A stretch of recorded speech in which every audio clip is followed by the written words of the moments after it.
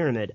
I could make you a movie that would outsell Titanic, that would outsell, every movie in history, just using the synchronistic plot points that sort of all of us have been investigating lately. I would just take all the subliminals and all of the connections that I've been making so far, the caterpillar to a butterfly, the evolution in consciousness, a lot of movies where you start from one point and the movie takes a complete flip and it just shows that there's a bigger picture, like Jim Carrey in The Truman Show. How he doesn't know that his whole life is a TV show. And he finds out by traveling on a boat to the end of his world. Again, we see water as a transformer there. And then we see how, he realizes that there's a much bigger world out there. Then you have what is that movie I'm thinking of? I can't think of it right now. Who's in? M. Night Shyamalan's film, The Village. The Village.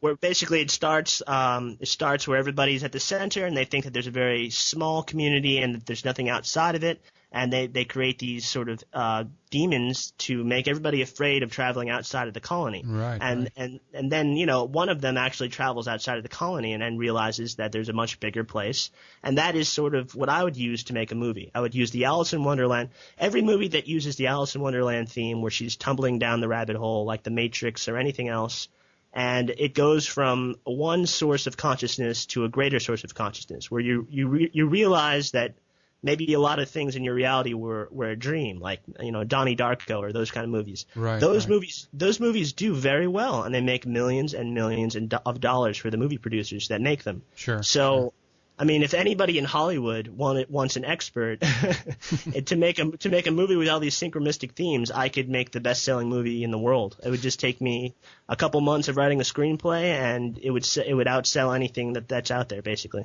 It's interesting that you mentioned that, but because this is the different categories here, so to speak, synchro mysticism and what Hollywood is doing is obviously kind of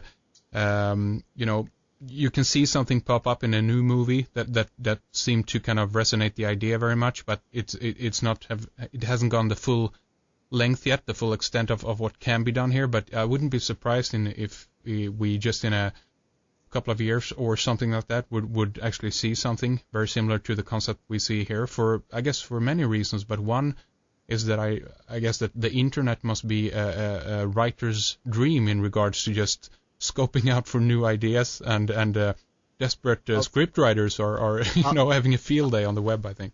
Of course, Heinrich, you're absolutely correct. And you know what film's going to do really well? I think it's going to make just tremendous sales in the box office. Is Rendezvous with Rama.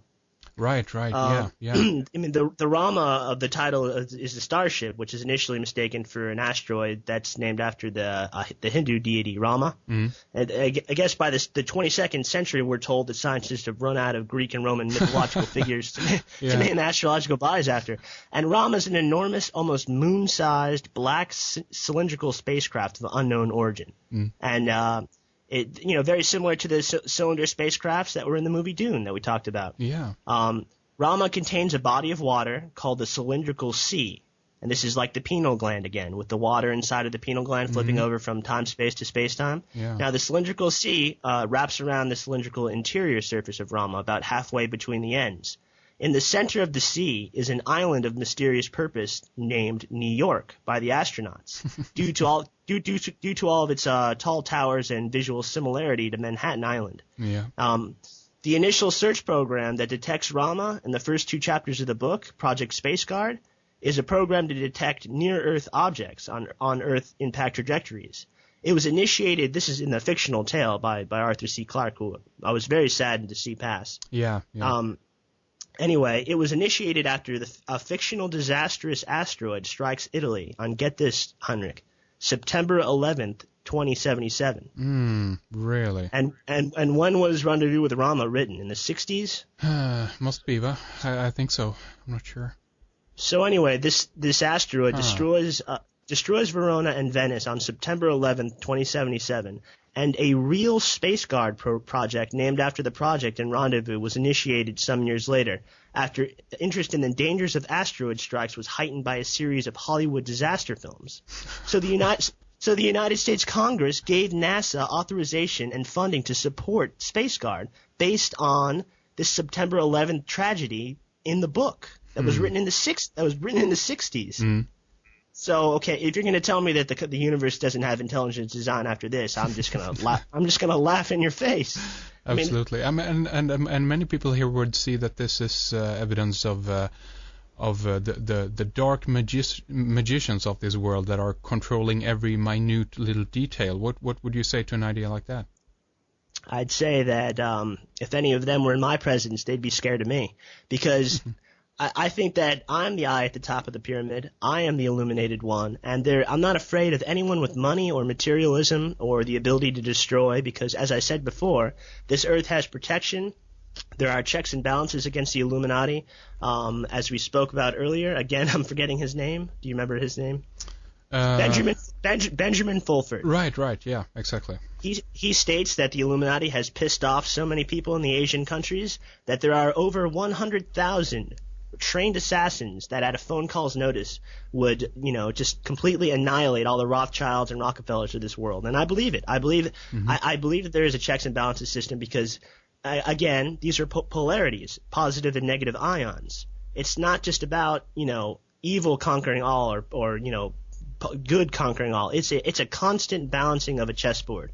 There are always checks and balances, even if it doesn't appear so in society. At a cosmic level, if you view from a further out perspective, there's always going to be a protector or a protective force that acts against the parasitic consciousness.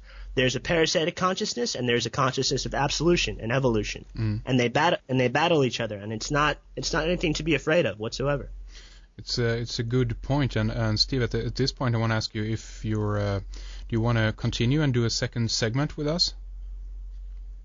Honestly, Heinrich, I'd love to, but my jaw is really starting to bother me right now. So perhaps I could just come back another time and we could do a second segment. No problem at all, Steve. No problem. Because we're approaching the end of our first hour here, so let's begin to round things up. But I know that you wanted to touch upon a few things before we leave. So go ahead. The floor is yours here, so to speak. Okay, thanks a lot, Heinrich. Something very important I wanted to ask of your listeners and everybody that follows my work and has been inspired by what I do. I have to undergo orthognathic jaw surgery in August that my health insurance is not going to cover. I basically have severe arthritis in both of my TMJ joints from a malocclusion of my top and lower jaws. So what they're going to do is basically detach my top jaw from my skull and lower it and bring it forward 4 millimeters. Then they have to take some bone from my hip and strengthen the condyles. It's a very involved procedure. But basically, it's going to cost me over $50,000 if you combine the surgeon fees and hospital fees. And, I'm just doing this for a living. I'm a video editor. I have a degree in psychology. I'd be more than happy to work on anybody's project as far as video editing. I put a donations button at the top of my website, which is www.labyrinthofthepsychonaut.com.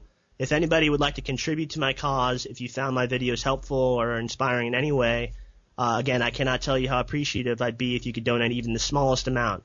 And anyone who donates $100 or more, I will give them every full-length feature video that I have up for sale at my website, as well as a very high-quality Labyrinth of the Psychonaut shirt once they're pressed and printed, which should be early next month. I'm already assigned to do a project called 2012, The Leap of Faith. So I'll be doing that in the next couple months, and I'm going to be taking a break from the Psychonaut series. But I still do have 2 in queue that I've been working on very hard that has to do with Southland Tales and the theme of Revelation. It's going to be one of my best videos to date. It's probably going to be a 2-part series. So those should be up in the next week or week and a half. And again, I even was contacted by Tracy Reiner, who's related to Rob Reiner, who said that she wanted to work with me on a future project. But again, I do video editing for a living, so if anybody has a project in mind or wants to do some kind of musical project to collaborate on, I'd love to do that. And I'd appreciate anyone's help in the field of donations for my surgery, because we've tried everything. We've tried Medicaid, disability, and we've been denied in every frontier. So it would just be really a godsend, basically, if anybody could help me out in this situation. And I wanted to say thank you to Red Eyes again for giving me the floor here, so to speak. And It's always a pleasure speaking to you guys. You're on basically the front lines of changing consciousness for humanity right now, and I really appreciate you guys. Thank you very much for mentioning that, Steve. And so if you have the opportunity or will to help out, head on over to labyrinthofthepsychonaut.com and do take a look at that. So thank you again, Steve, for coming on. I know that you have pain in your jaw, so I want to thank you very much for bearing with us, so to speak, this hour and sharing your work with us. And you know what, we'd love to have you back and talk more about the Southland Tales, because there's so many elements in there that are worth mentioning. So let's do another show, okay? I definitely would like that. I could speak for, hours and hours about all these topics. It's just, again, it's very painful for me to continue right now, but we'll do this in the future. And, you're my favorite interviewer. This is always a pleasure to be on Red Ice. Thank you for tuning in to Red Ice Creations Radio. We are looking forward to having Steve back with us on the program soon again to explore the movie Southland Tales and much more. But we will be back on this coming Sunday, the 30th, with our first live program here from our studio with Chris Knowles, author of Our Gods Wear Spandex. Join us at 7 p.m. GMT, Greenwich Mean Time. That's 2 p.m. Eastern Standard Time.